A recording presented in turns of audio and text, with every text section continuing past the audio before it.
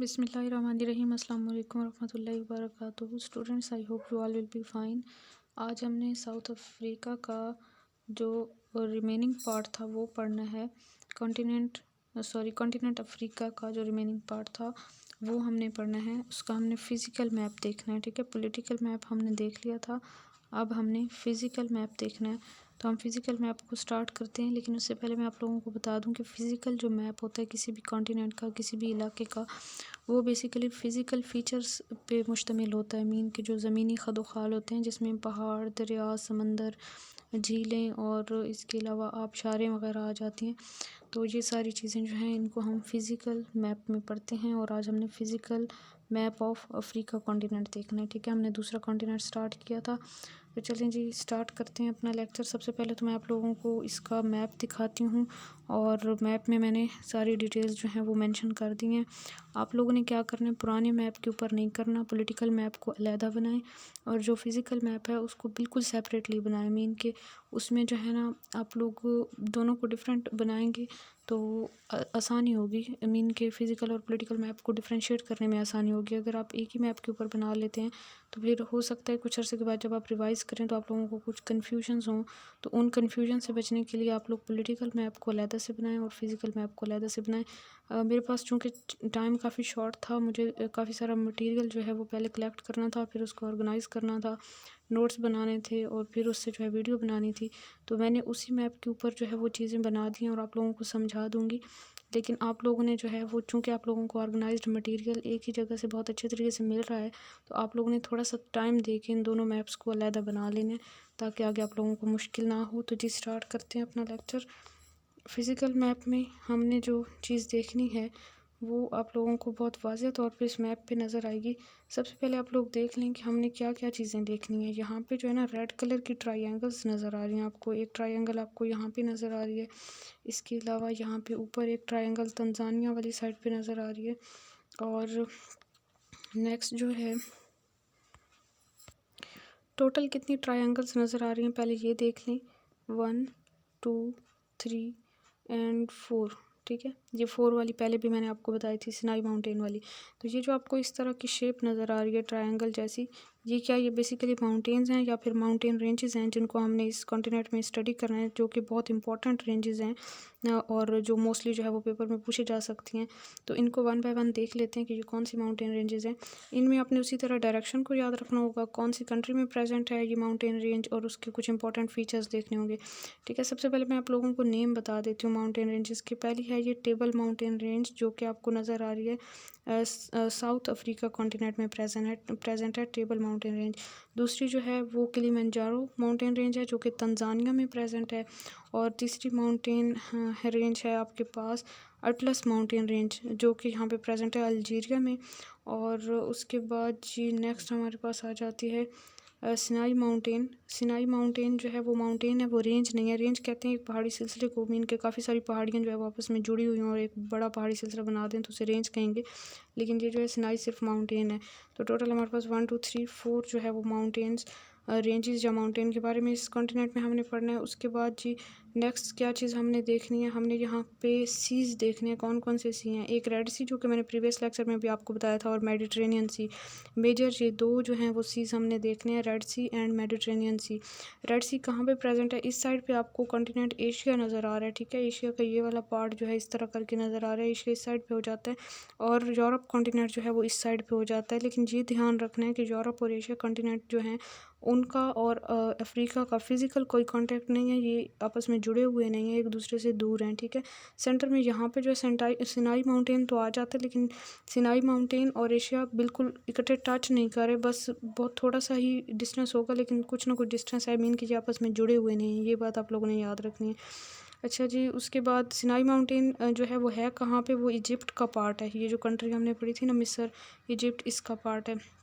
ये दो सी हो गए। उसके बाद हम रिवर्स देखें तो रिवर्स हमने कौन कौन से पढ़ने हैं। दरियाए नील हमने पढ़ना है यहाँ पे, ठीक है। दरियाए नील जो है, और जो है झीलें जो दो पढ़नी है बेसिकली। एक लेक टाना है आपके पास और दूसरी लेक जो है विक्टोरिया है, वो यहाँ पे प्रेजेंट है। लेक टाना जो है वो इथोपिया में प्रेजेंट है। इथोपिया को उर्दू में हबशा कहते हैं ये वाला मुल्क। और जो लेक विक्टोरिया है वो 3 मुल्कों की बाउंड्री पे प्रेजेंट है। कीनिया, ऊपर युगांडा है और नीचे जो है वो तंजानिया है। और इसी लेक विक्टोरिया की साइड पे भी 2 कंट्रीज़ हैं, इधर ब्रूंडी और एक ब्रूंडी थी और एक just a minute Rwanda. Burundi और रिवांडा 2 कंट्रीज़ और भी इसके इस करीब ही हो जाती हैं। तो ये जो इनके इर्द गिर्द जो कंट्रीज़ होती हैं या जिस कंट्री में ये जो भी फिज़िकल फीचर्स प्रेजेंट होते हैं उन कंट्रीज़ के नेम आप लोगों ने याद कर लेने कि ये कहाँ कहाँ इनकी लोकेशन है, उनके इर्द गिर्द कौन कौन से कंट्रीज़ या कौन कौन सी इंपॉर्टेंट प्लेसेस मौजूद हैं। ठीक है, ये दोनों लेक्स हमने देख ली ना, इन दोनों झीलों से जो है वो एक एक ट्राइब्यूटरी निकल रही है दरियाई नील की। ठीक है, रिवर नाइल जो है उसकी एक एक ट्राइब्यूटरी आ रही है, जो ट्राइब्यूटरी लेक टाना से आ रही है। ठीक है, मीन के जो दरियाई नील का हिस्सा लेक टाना से आ रहा है उसको हम कहते हैं ब्लू नील। ठीक है, मीन के नीला नीला नील जो है। और दूसरा जो है जो लेक विक्टोरिया से जो पार्ट आ रहा है दरिया नील का उसको हम कहते हैं वाइट नील। ये वाली चीज़ भी लाजमी याद रखनी है। और उसके बाद ये दोनों जो है जाके कहाँ पे मिलती हैं, ये दोनों जो ट्राइब्यूटरीज़ हैं रिवर नील की, वो जहाँ जाके जिस मकाम पे मिलती हैं वो हमारे पास मुल्क है सूडान। और सूडान का कैपिटल है जिसका नाम है खुर्तूम। खुर्तूम के मकाम पे जो जाके ये दोनों आपस में मिल जाते हैं ट्राइब्यूटरीज़। और आगे ये रिवर जो है वो फ़्लो करता हुआ आगे चला जाता है दरिया नील। और दरिया नील की डायरेक्शन क्या है फ़्लो करने की, ये साउथ साइड से नॉर्थ साइड की तरफ मूव करता है। ठीक है, फ़्लो करता है इस तरह से।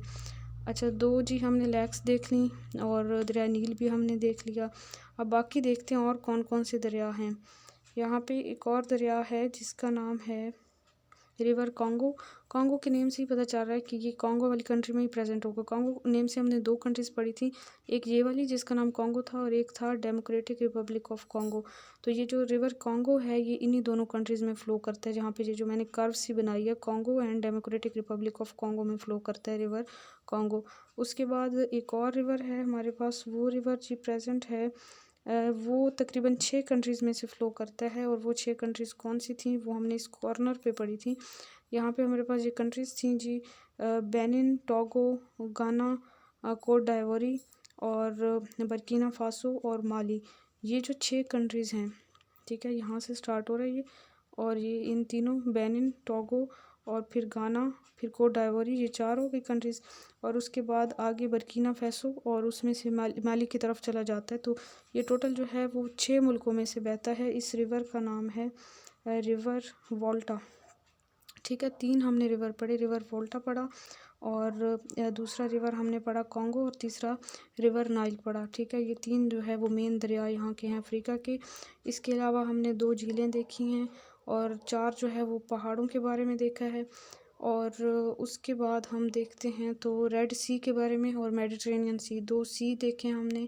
अब डेजर्ट्स की बात करते हैं कि डेजर्ट कौन कौन से हैं, कहाँ कहाँ पे हैं। ठीक है, एक डेजर्ट जो है ना वो प्रेजेंट है यहाँ पे 3 कंट्रीज़ पे मुश्तमिल है ये। यहाँ पे आपको जो है एक सर्कल टाइप नज़र आ रहा होगा, इसका नाम है कलहारी डेजर्ट। ठीक है, कलहारी डेजर्ट जो है इस डेजर्ट का नाम है। और ये प्रेजेंट है जी 3 मुल्कों में, एक नमीबिया है, बोट्सवाना और इधर जो है वो साउथ अफ्रीका है। और ज़्यादा जो पार्ट है ना इस डेज़र्ट का वो बोट्सवाना वाली साइड पे है, मीन के बोट्सवाना में ये ज़्यादा है। और थोड़ा सा इसका पार्ट जो है वो नमीबिया कंट्री में और साउथ अफ्रीका कंट्री में है। उसके बाद दूसरा डेज़र्ट हम यहाँ का देखें तो बहुत ही मशहूर डेज़र्ट है जिसके बारे में आप पढ़ भी चुके होंगे, वो है सहारा डेज़र्ट। यहाँ पे मैंने स्पेलिंग लिखे हुए हैं, शायद आप लोगों को मध्यम से नज़र आ रहे होंगे।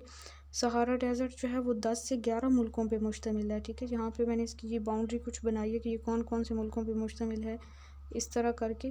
तो ये आपके पास इधर से हम देखें तो इजिप्ट है, सूडान, चैड और उसके बाद नाइजर है, अल्जीरिया है और यहाँ पे माली, मौरितानिया, वेस्टर्न सहारा, मोरक्को, देन तंजानिया, लिबिया और शायद कोई कंट्री मिस ना हुई हो। इसकी काउंटिंग कर लेते हैं कि हमने कितनी कंट्रीज़ पे इसको टिक की है।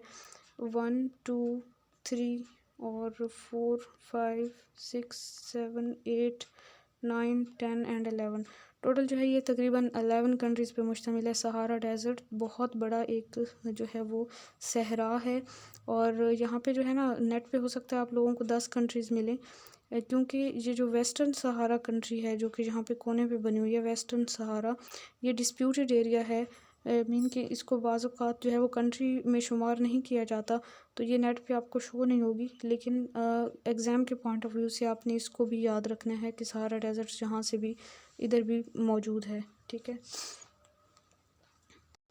यहाँ पे जो कलहारी डेज़र्ट है इसका आप लोगों ने ख्याल रखना है कि कलहारी डेज़र्ट की स्पेलिंग में हो सकता है मुझसे कोई मिस्टेक हुई है। यहाँ पे KALHARI ये स्पेलिंग नोट कर लें कलहारी डेज़र्ट की। नेक्स्ट जी इंपॉर्टेंट पॉइंट्स मैंने यहाँ पे लिखे हुए, ये जो सारी चीज़ें मैंने अभी आप लोगों को एक्सप्लेन की हैं ये मैंने आगे फर्दर इनकी डिटेल्स यहाँ पे लिख दी है।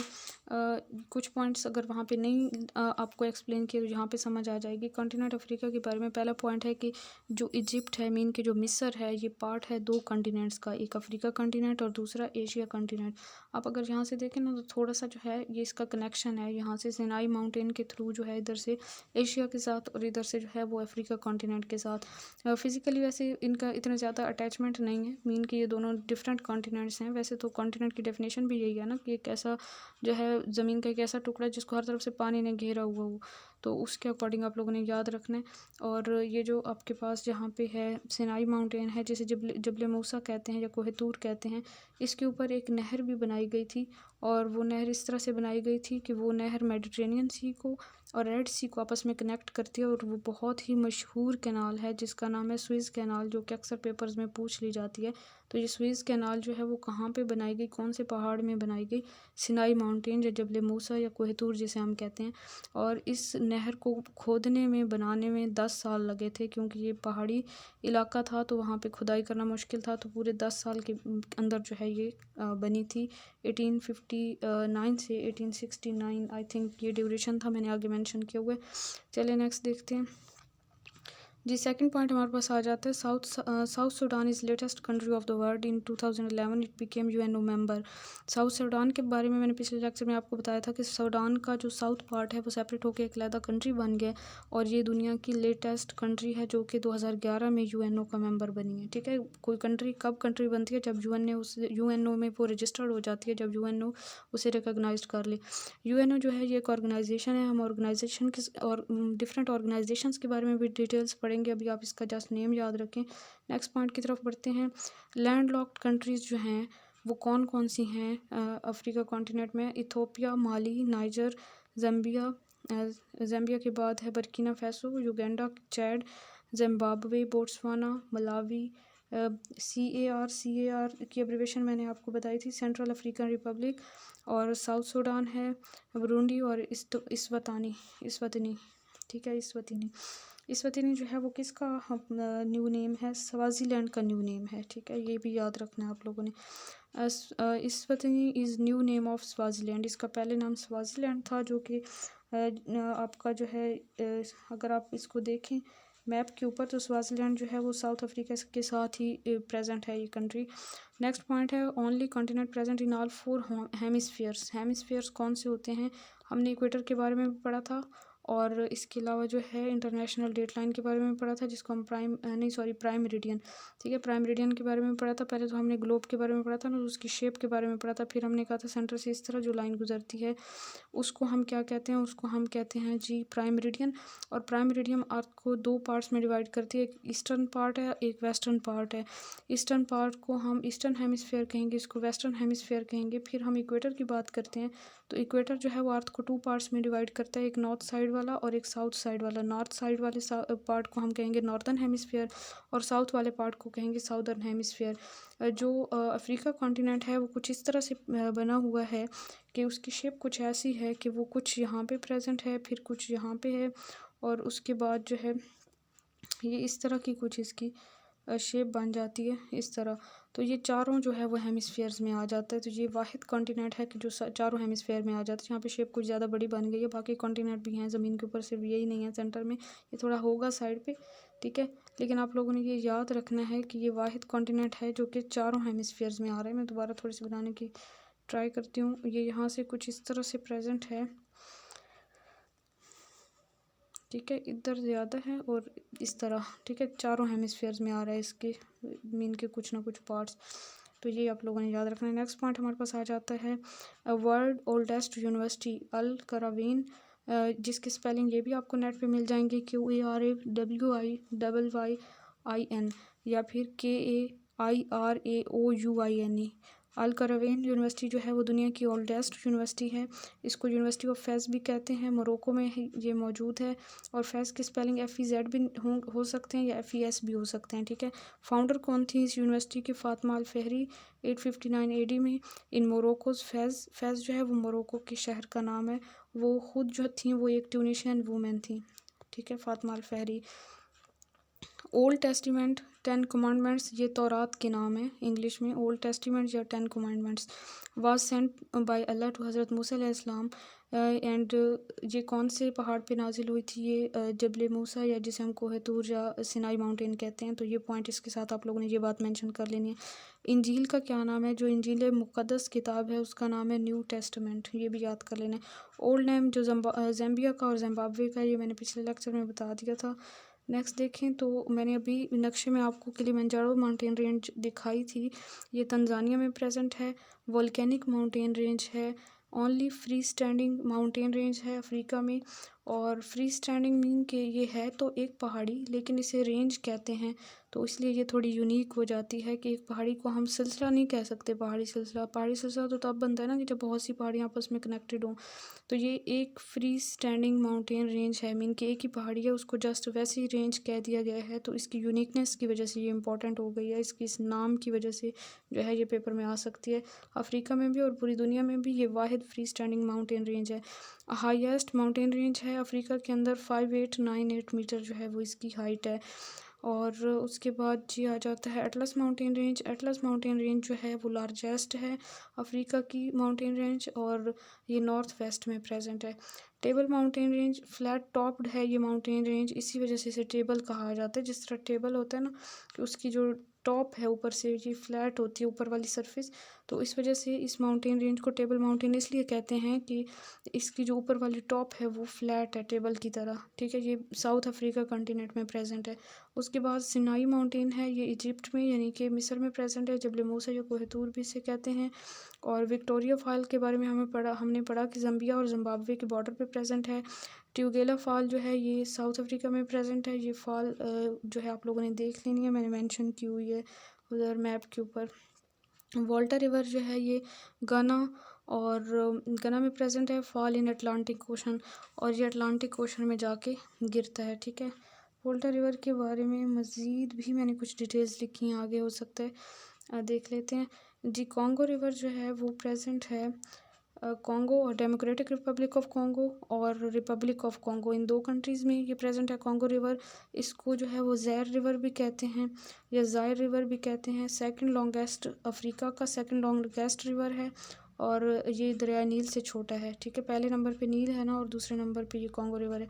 डीपेस्ट रिवर है पूरी दुनिया में, 230 मीटर इसकी डेप्थ है। Has highest water thermal capacity इसकी सबसे ज़्यादा है। और इक्वेटर जो है इसे 2 बार क्रॉस करता है। ये बहुत इंपॉर्टेंट पॉइंट आ गया कि कॉन्गो रिवर क्यों सबसे ज़्यादा इम्पोर्टेंट है, मीन कि क्यों हम इसको यहाँ पे स्टडी कर रहे हैं, क्योंकि इक्वेटर इसे 2 बार पास करता है। लार्ज सीज इन वर्ल्ड, दुनिया में जो बड़े सीज़ हैं वो कौन कौन से हैं?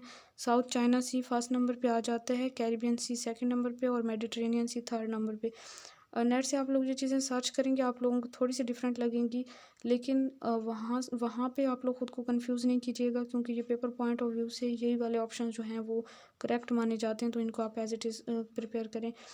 अच्छा नेक्स्ट जी, large water bodies that are partially enclosed by surrounding land message surrounding about 2.5 million kilometre square area is called sea. ये सी की डेफिनेशन बताई हुई है कि वैसे तो ओशन होता है ना, मतलब समंदर हैं दुनिया पे, टोटल 5 समंदर हैं।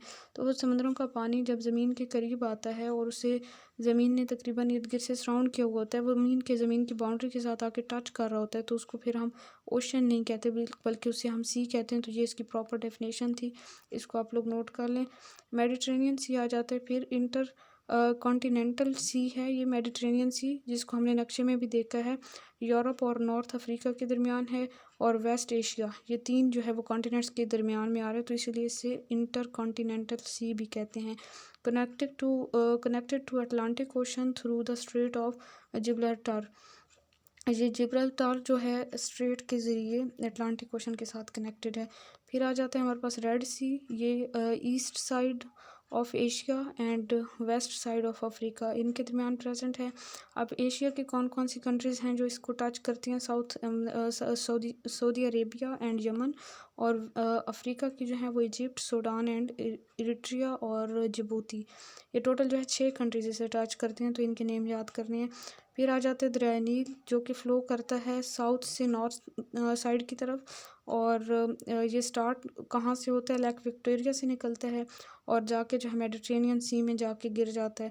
कंपोज्ड ऑफ 2 ट्राइब्यूटरीज, वाइट नील है एक, जो कि लेक विक्टोरिया से, जो तंजानिया में प्रेजेंट है, वहाँ से खर्तूम तक, जो कि सूडान का कैपिटल है, वहाँ तक जाता है, उसको हम वाइट नील कहते हैं। और ब्लू नील जो है वो लेक टाना से निकलता है, और फिर जो है टाना कहाँ पे प्रेजेंट है? लेक टाना इथोपिया में है, और वहाँ से बहता हुआ वो खर्तूम सूडान के करीब जाता है। तो यहाँ तक का जो ये दरिया नील का हिस्सा है, इसको हम ब्लू नील कहते हैं।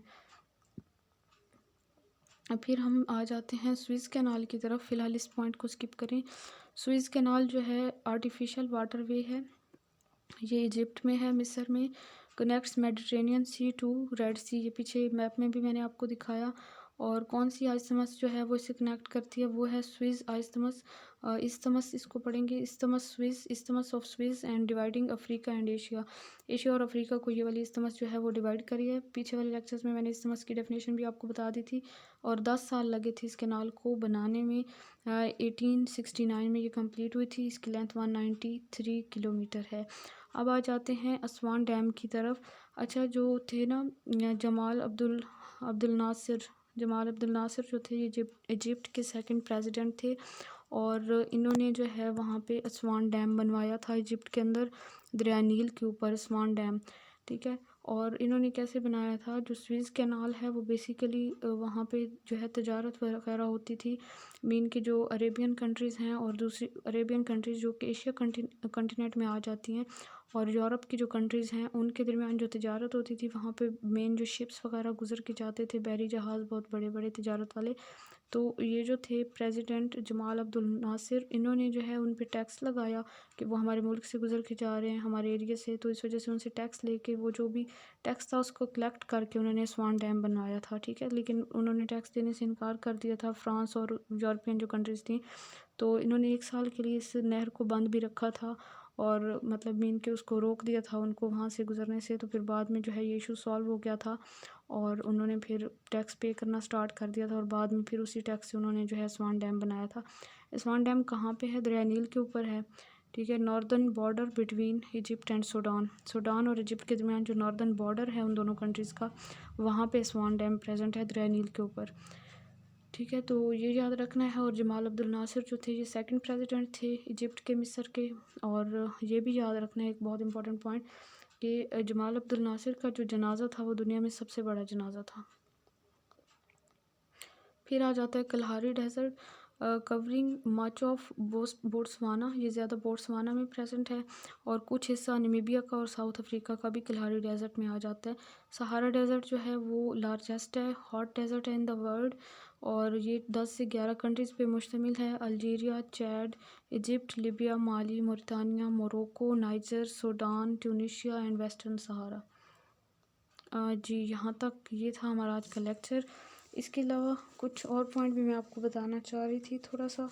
वो ये कि पीछे वाले लेक्चर में भी मैंने आपको यकीनन हमारा फर्स्ट लेक्चर था जिसमें हमने पढ़ा था कि जो इक्वेटर है वो कौन कौन से कॉन्टिनेंट से गुजरता है और कौन कौन सी कंट्रीज से गुजरता है।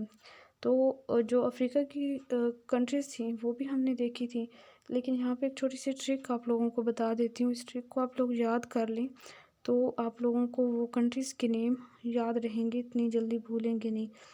ठीक है, तो यहाँ पे मैं ट्रिक लिख देती हूँ।